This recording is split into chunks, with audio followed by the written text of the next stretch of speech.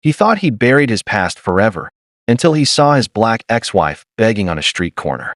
The woman he once abandoned for success was now starving before his eyes. And what the billionaire did next, no one expected. Ethan Caldwell stepped out of his black Rolls-Royce Phantom, the city lights bouncing off its glassy surface. His custom suit fit like armor. His watch cost more than most people's homes. But behind the money, there was silence. Success had made him powerful and completely alone. He hadn't seen Amara in 7 years. Once, she had been his world, his laughter, his peace, his home. Then came the fame, the rumors, the greed. He'd let pride and power destroy what love had built. And when the divorce papers came, Ethan told himself he was fine. He wasn't. Tonight, he was attending a charity gala downtown, the kind where people pretend to care while bragging about how much they donated. The driver opened his door. Flashes from cameras blinded him. "Mr. Caldwell. Over here. Smile for the magazine, sir." He smiled, the fake, practiced smile of a man who'd sold his soul for success. Inside, the ballroom glittered with chandeliers and designer gowns. Champagne flowed, laughter echoed, and not a single soul in the room knew real struggle. Ethan stood by the balcony, half listening to shallow conversations, when a small commotion near the entrance drew his eyes. A woman's voice, weak, trembling. "Please, just a few dollars. I'm hungry." The words cut through the noise like a blade. Ethan turned toward the doors. Through the glass, under the flickering streetlight, sat a woman on the cold pavement. A paper cup beside her. Torn jacket. Shaking hands. And then he saw her face. Amara. For a moment, everything stopped. The music, the laughter, even his heartbeat. His ex-wife. The woman he once promised to protect forever. Sitting on the ground, begging strangers for change. The security guard moved toward her, but Ethan's voice came out hard, sharp. "Leave her." He pushed through the crowd and walked outside, each step heavier than the last. The cold air hit him, but the chill inside his chest was worse. She looked up. Her eyes widened in disbelief. "Ethan." Her voice, soft, broken, familiar, hit him like lightning. He couldn't speak at first. He just stared, his throat dry, his heart pounding. "Amara, what happened to you?" She tried to smile, that same gentle smile he once fell for. "Life happened." Her tone was quiet, but carried years of pain. Her dark skin glistened under the streetlight, her eyes tired, yet still full of strength. She didn't look defeated, just human, hurt, and surviving. "Where's your family?" he asked. She shook her head. "Gone. Everything's gone." Ethan swallowed hard. 7 years ago, he'd walked away thinking money could erase love. But standing in front of her now, all his wealth felt useless. "Come with me," he said softly. She tensed. "No, Ethan. I don't want your pity." "It's not pity," he replied. "You're coming with me." Her lips parted as if to protest, but then she saw his eyes. The same ones that once looked at her with love, then with anger, now filled with something else, remorse. Slowly, she reached out and took his hand. When they stepped inside the gala together, silence rippled through the crowd. Phones lifted, whispers spread. "Is that her?" "Who is she?" "That's Ethan Caldwell's ex-wife." He didn't care. He guided her to a quiet corner, asked the waiter for food and water. Amara ate slowly, almost embarrassed, avoiding the stares. Ethan watched her, every small movement, every breath, realizing how far she had fallen and how much of it was his fault. "I heard you left the city," he said gently. "I did," she murmured. "Tried to start over. I thought I'd be okay. But after my mother died, the bills, the rent, everything fell apart. Why didn't you call me?" She looked up sharply. "After what you said to me before I left. You made it clear I meant nothing to you." His chest tightened. The words burned. He remembered that night, the shouting, the accusations. He'd let business partners poison his mind, told him she was after his money. And he believed them. Now, looking at her, he saw what pride had cost him. "Where are you staying?" he asked quietly. "A shelter downtown," she whispered. "If there's space." "Not anymore," he said firmly. "You're coming with me." "Ethan." No, his tone left no room for argument. "You don't belong here. Not like this." He motioned to his driver. Within minutes, they were inside the Rolls-Royce, the city fading behind them. Amara stared out the window, her reflection trembling in the glass. "You shouldn't have done this," she said finally. "Why not?" "Because it'll bring back things we both buried." Ethan turned to her, his voice low and steady. Maybe they need to come back. She didn't respond, but a single tear slipped down her cheek. He wanted to reach for her hand, to tell her he was sorry, but the words stayed trapped in his throat. The car moved silently through the rain. Two people who once loved each other more than life sat inches apart, strangers now, yet somehow still connected by everything they'd lost. Outside, the city glowed, alive, heartless, unaware that a billionaire's heart had just broken for the second time. The drive to Ethan's mansion felt endless. The silence between them was heavier than words, filled with memories neither of them dared to touch. Amara kept her eyes on the city lights fading outside, her reflection flickering in the tinted window. Ethan's hands gripped the steering wheel tighter, though he wasn't driving. His thoughts were louder than the hum of the engine. When the car finally turned through tall iron gates, Amara's breath caught. The mansion stood like a palace, marble walls, glass windows stretching toward the night sky, lights glowing from every floor. It looked perfect, too perfect. She looked away. Still living big, huh? Ethan's chest tightened. It's just a house. No, she said softly. It's a world you chose over me. The words hit him like a punch. He wanted to explain, to tell her how the money had never filled the emptiness she left, but guilt stole his voice. The driver opened the door, and they stepped out. Inside, the mansion was silent, except for the faint echo of their footsteps on marble floors. Amara's eyes scanned the grand staircase, the gold frames, the crystal chandeliers. Everything gleamed, yet the air felt hollow. You can rest in the guest room, Ethan said quietly. It's warm, and you'll be safe. She shook her head slowly. Why are you doing this, Ethan? Because I can't leave you out there like that. You left me before, she replied sharply. He froze. Her words cut clean through his armor. She wasn't yelling. She didn't need to. The truth in her tone was enough. He sighed and rubbed the back of his neck. You're right. I did. And I've regretted it every single day. Amara looked at him for a long moment. Regret doesn't feed a hungry stomach. He nodded slowly. Then let me make it right. She exhaled, shaking her head, then turned away and started toward the stairs. Don't make promises you can't keep, Ethan. He watched her walk up, her tired body moving with grace that even pain couldn't erase. When she disappeared into the hallway, he let out a breath he didn't know he was holding. Hours later, Ethan sat alone in his study, staring at a photo on his desk, the two of them years ago. She was laughing, holding his hand, sunlight hitting her face. Back then, they had nothing, but they were happy. He'd give everything, the money, the company, the empire, just to live in that photo again. He poured himself a drink, but it didn't help. Nothing did. The door creaked softly. Amara stood there, wearing one of his old shirts the maid had given her. She looked smaller somehow, fragile. Couldn't sleep, she murmured. He stood up immediately. Neither could I. For a moment, they just looked at each other, two people drowning in the past. Finally, she spoke. Do you even remember why we ended? Every detail, he said quietly. Then tell me, she said, her voice trembling slightly. Tell me why you stopped believing in me. He looked down, ashamed. Because I was stupid. Because I let people lie to me. They said you were after my money, that you were talking to another man, and I believed them. Amara blinked back tears. You never asked me once. You just assumed. You destroyed everything we had. I know, he said softly. And I've paid for it every day since. She shook her head. No, Ethan. You built empires. You didn't pay. I did. I lost my home, my job, my dignity, everything. Because you didn't trust me. Her voice broke on the last words, and Ethan felt something inside him collapse. He stepped closer, slowly, carefully. Amara, I can't change what I did, but I can try to fix what's left. She looked up at him, eyes filled with both love and pain. You can't fix a heart you shattered. Silence filled the room, thick and aching. Ethan's voice lowered to a whisper. Then let me at least help you survive. You don't owe me forgiveness, but I owe you everything. Amara turned away, tears sliding down her cheeks. You think money can erase pain? No, he said. But maybe it can give you a chance to start over. She didn't answer. Instead, she walked to the window, looking out at the city below.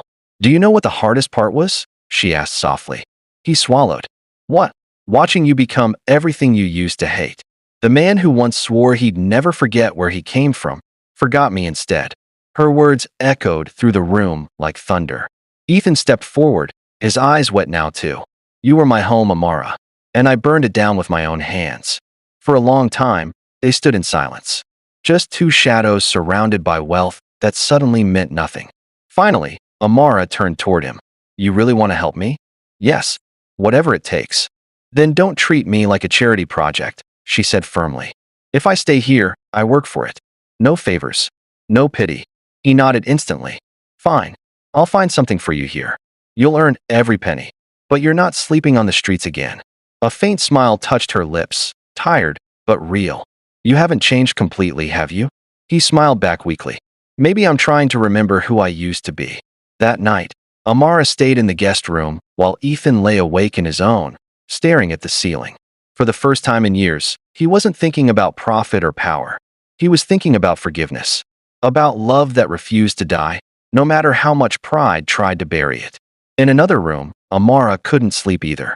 She looked out the window, watching the rain slide down the glass. Part of her wanted to leave before morning, to escape before old wounds reopened. But something deep inside told her to stay. Outside, thunder rolled across the sky. Inside, two broken souls tried to remember what it meant to heal. Neither of them knew it yet, but fate was about to test them again, harder than before. Days passed slowly in the mansion. Every morning, Amara woke before sunrise, helping the staff, cleaning, cooking, doing anything to feel useful. Ethan had offered her money, clothes, and comfort, but she refused anything that felt like pity. Ethan watched her quietly from afar, the way she folded her sleeves, tied her hair, and worked with quiet dignity. Every gesture reminded him of the woman who once built him up when the world called him a failure. One evening, he walked into the kitchen and saw her fixing dinner. The air was filled with the smell of roasted garlic and herbs. She looked up briefly. You still like this dish, right? She asked. He smiled faintly. You remember. I try not to, she murmured, her tone half joking, half pained. Ethan leaned against the counter. Amara, you don't have to cook for me. I'm not, she replied without looking up. I'm cooking because I need to do something real. Not everything in life has to be about money. He sighed, quietly admiring her strength. You haven't changed. Maybe that's my problem, she said softly. You changed.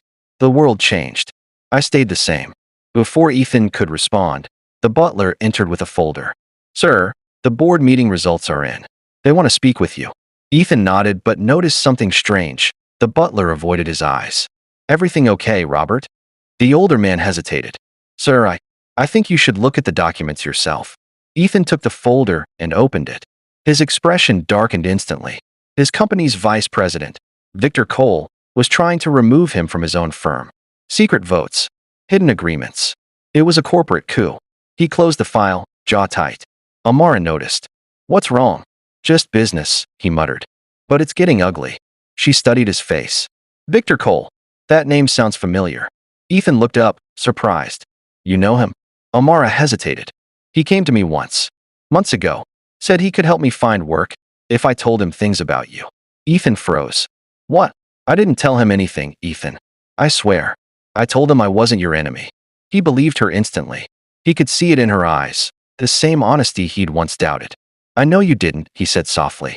But now I know who's behind this. That night, Ethan called an emergency meeting with his legal team. Papers, contracts, and numbers covered the table. But even surrounded by power, his mind kept drifting back to Amara, the one person who'd never betrayed him, even when he gave her every reason to. Meanwhile, Amara sat alone in the garden. The moonlight glowed against her dark skin, her eyes distant. She could hear the faint echoes of Ethan's voice through the glass. He was fighting battles again, but this time, not just for money. Suddenly, a familiar voice broke the silence. Didn't expect to see you here, Amara. She turned sharply. It was Victor Cole himself, tall, polished, smiling like a snake. What are you doing here? She demanded. He stepped closer, smirking. Just visiting an old friend. You remember what I told you? That man will destroy himself. You could have had a new life if you'd helped me. Amara glared. You lied to me. You used me. Victor shrugged. And yet, here you are, cleaning his floors while I run his company. You think money makes you powerful? She said, voice trembling but firm. It only makes you loud. Power comes from truth. Victor's smile vanished. Watch your tone. You're just a woman he threw away once. Don't make him throw you away again. Ethan's voice suddenly came from behind. Is that a threat, Victor? Victor froze, spinning around. Ethan stood there, cold anger in his eyes. Because if it is, you just made the biggest mistake of your career. Victor straightened his jacket, pretending calm. Just a conversation, Ethan. Don't make it dramatic. Ethan stepped closer, his voice dropping low. Stay away from her. Stay away from my house. The next time you show up uninvited, I'll make sure you regret it. Victor gave a sarcastic smile. You're already losing, Ethan. The board's with me. You'll see soon enough. Then he turned and walked away, his shadow disappearing into the night. For a long moment, silence hung heavy. Ethan turned to Amara. Are you okay? She nodded slowly, but her voice shook. He scares me. The way he talks, it's like he wants to destroy you completely. Ethan clenched his fists. He won't. Not this time. They went back inside, but neither of them slept. Ethan stayed up reviewing documents, while Amara couldn't stop thinking about Victor's words. You're just a woman he threw away once. They echoed painfully, even though Ethan's kindness now proved otherwise. The next morning, Ethan was gone early for a meeting. Amara decided to clean his study. It was the least she could do. But while dusting the shelves, she found something unexpected. A box hidden behind old files. Inside were letters. Her letters. All the ones she'd sent after their separation. Every plea, every apology, every note she'd thought he ignored. They were all here, unopened, sealed. Her heart sank. Tears filled her eyes as she realized what that meant. Someone had hidden them from him. When Ethan returned later, he found her sitting on the floor, surrounded by the letters. She looked up, her voice breaking. You never read them. He stopped cold. What do you mean? These, she whispered, holding them up. I sent them to you. Every month. Someone kept them from you. Ethan walked over, his face pale. He picked one up, staring at her handwriting, his chest tightening. Oh my God. Victor. He handled my mail then. Amara looked at him, tears spilling freely now. You thought I left you. You thought I didn't care. But I begged you to listen. Ethan sank to his knees beside her, guilt tearing through him. Amara, I didn't know. I swear I didn't know. For a moment, the world went still. All the years of pain, all the misunderstanding, all the lost love, it all came rushing back in that one moment. Ethan reached out slowly, his hand trembling. I destroyed us because I believed a lie. I'm so sorry. Amara covered her face with her hands, sobbing softly. I wanted to hate you, but I couldn't. He pulled her gently into his arms. I don't deserve your forgiveness, but I'll spend the rest of my life trying to earn it. And for the first time in years, she didn't pull away. The truth had finally surfaced. But neither of them realized Victor wasn't finished. He was about to strike again, and this time, it would hit where it hurt the most. The next morning, Ethan woke to chaos.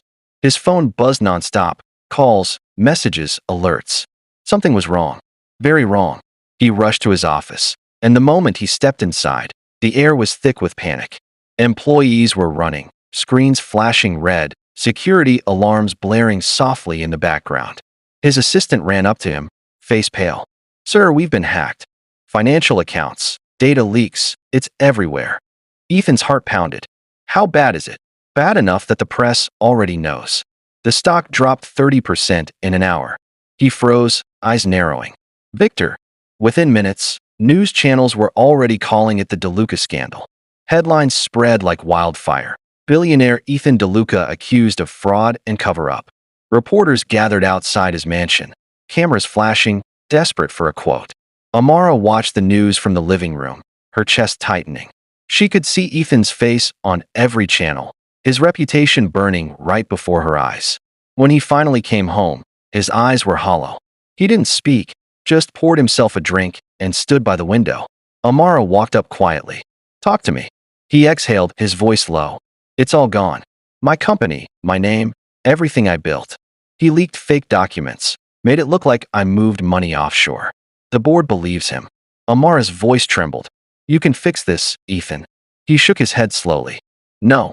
They've been waiting for a reason to cut me loose. Now they have one. Silence fell between them, heavy, suffocating. Then Ethan turned to her, eyes full of regret. I lost it all, Amara. And maybe I deserve it. She frowned. Don't say that. It's true, he said. I had everything. And I threw away the one person who made it all mean something. I hurt you. I believed lies. Now it's all coming back to me. Amara stepped closer, her voice soft but steady. Ethan, I didn't come back into your life for revenge or pity. I came because I still saw the man you were before the money. The one who believed in people, not power. He looked at her, eyes wet. You still believe in me after everything? I never stopped, she whispered. Something in Ethan broke, not from pain, but from realization. Then I won't let him win. He spent the next 2 days locked in his study, making calls, reviewing files, tracing digital footprints. Amara brought him food, but he barely touched it. He was running on guilt and determination. Late one night, she walked in and found him asleep at his desk, papers scattered everywhere. His hand was still clutching a photo, the one of them smiling years ago. She gently covered him with a blanket and whispered, "You'll find a way. You always do." The next morning, Ethan woke to her cooking breakfast in the kitchen, humming softly, wearing his old shirt again. For the first time in days, he smiled. "You're still here," he said. She looked up with a small grin. "Where else would I go?" Ethan sat down, rubbing his tired eyes. "You know, I thought money could protect me, but it only made me a target." Amara nodded. "That's the thing about walls, Ethan. They keep danger out, but they also keep love out." Her words lingered in his mind. That afternoon, Ethan went public. Cameras flashed as he stood on the steps of his headquarters, reporters shouting questions. He didn't hide. He didn't run. "Everything you've read is a lie," he began, voice steady. "Yes, I've made mistakes, but stealing isn't one of them. The man behind this betrayal is Victor Cole, the same man who's been trying to destroy my name for years." The reporters gasped. Ethan continued, his tone sharper now. "He forged documents, manipulated my board, and even intercepted personal letters between me and my wife." He glanced directly into the cameras. "And to Victor, if you're watching, you can take my company, but you'll never take my integrity." The speech went viral within hours. Social media lit up.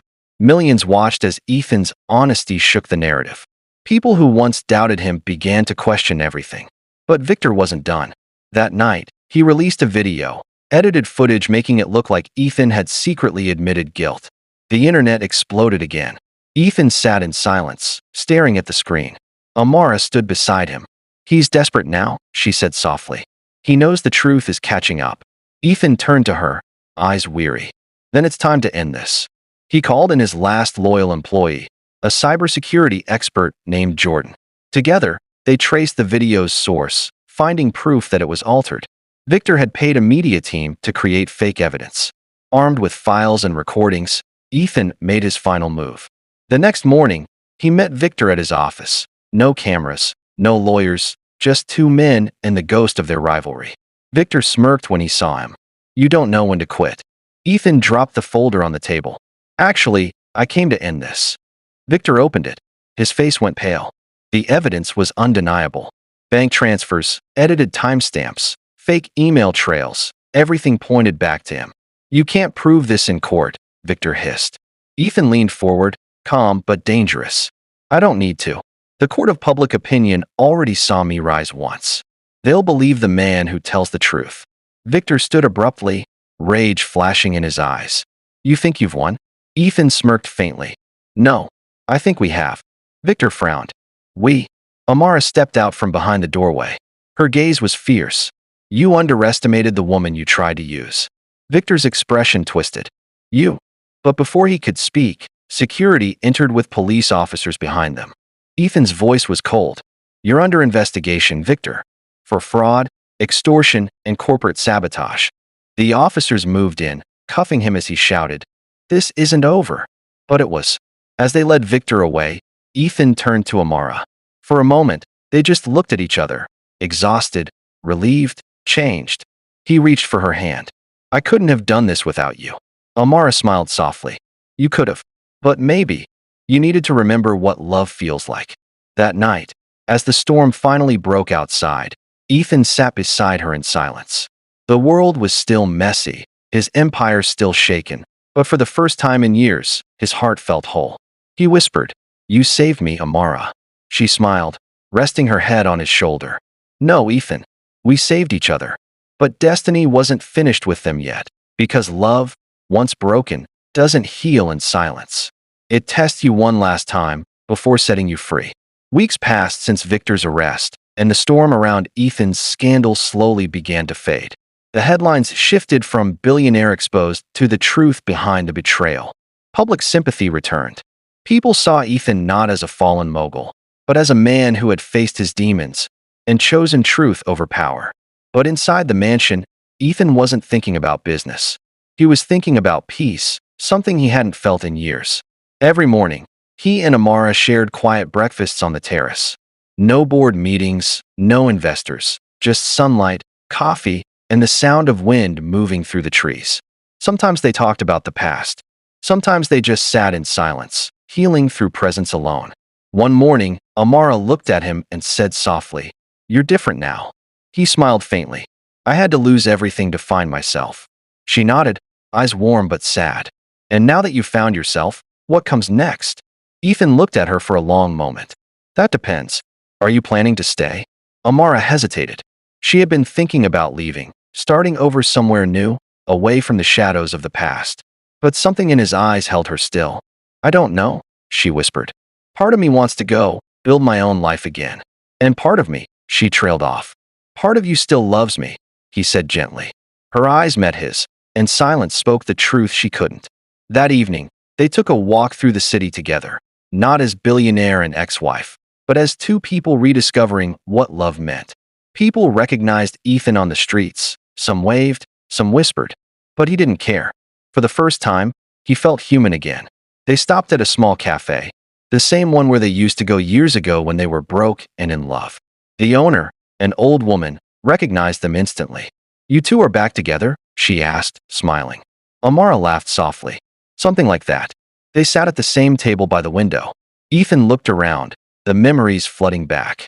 "I used to promise you we'd own this place one day," he said. "And I told you," she replied. "I didn't need to own it. I just wanted you to be here." Her words hit him deep. He reached across the table, his hand trembling slightly. "I spent years chasing what didn't matter, Amara. Now I just want one thing, to start over with you." She looked down, her heart racing. "You can't erase what happened." "I'm not trying to," he said softly. "I just want to write the rest of our story differently." Tears filled her eyes. For the first time, she saw him not as the billionaire she'd once loved, but as the man who'd learned what love truly costs. The next day, Ethan made a decision that shocked everyone. He sold most of his company's shares, donated a massive portion of his fortune to rebuild community housing and schools in the neighborhoods where he'd grown up, the same places where Amara had once volunteered. When reporters asked him why, he simply said, "Because success means nothing if you forget where you came from." Amara stood beside him during the press event, her hand resting lightly on his arm. The cameras caught the moment. The world saw not a scandal, not a billionaire, but a man redeemed by love. Later that night, as they sat in the garden under the stars, Ethan turned to her. "You once told me I became everything I used to hate. Maybe it took losing you to make me hate that version of myself." Amara smiled faintly. "And maybe it took losing everything for you to remember what matters." He reached for her hand. "Do you think we can start again?" She looked up at the sky, then back at him. "You can't go back to what was broken, but you can build something new." Ethan's heart pounded. "Then let's build it. Together." She hesitated for a moment, then nodded. Months passed, and slowly, their lives began to bloom again. They opened a community center in Amara's name, the Amara Foundation, dedicated to helping single mothers and homeless families find shelter and opportunity. Ethan worked quietly behind the scenes, funding everything anonymously. He didn't need fame anymore. He just wanted purpose. One afternoon, during an event at the center, a little girl ran up to Amara, hugging her tightly. "Miss Amara, thank you for the food," she said with a big smile. Amara laughed, kneeling to hug her back. "You're welcome, sweetheart." Ethan watched from a distance, his heart swelling. That was the woman he fell in love with, strong, kind, unstoppable. Later, as the sun began to set, he walked up behind her and handed her a small envelope. She frowned. "What's this?" He smiled softly. "Open it." Inside was a single sheet of paper, the deed to a small house on the edge of town. "It's not a mansion," he said, "but it's ours. A place where no one can take away peace again." Tears welled in her eyes. "Ethan," he took her hands gently. You once told me that regret doesn't feed a hungry stomach. Maybe it doesn't. But love, real love, it can feed a soul. She looked at him for a long time, her heart trembling. You really changed. He smiled faintly. No, you just reminded me who I used to be. And in that golden sunset, surrounded by laughter and the warmth of new beginnings, Amara leaned forward and kissed him, not as a second chance, but as forgiveness made real. The world had seen him fall. Now it would see him rise, not as a billionaire, but as a man who found his way back home. And as they stood there, hand in hand, Ethan whispered the words that would stay with her forever. I once thought losing you was my punishment. But finding you again, that's my redemption. Amara smiled through her tears. Then let's never lose each other again. The camera would fade here. Two souls, one story, and a message powerful enough to move anyone watching. Sometimes God breaks you, just to rebuild you stronger, wiser, and ready to love again. If this story touched your heart, hit that like button, share it with someone who believes in second chances, and subscribe for more powerful stories that prove love and redemption are still real in this world. Because sometimes, the most broken hearts create the most beautiful endings.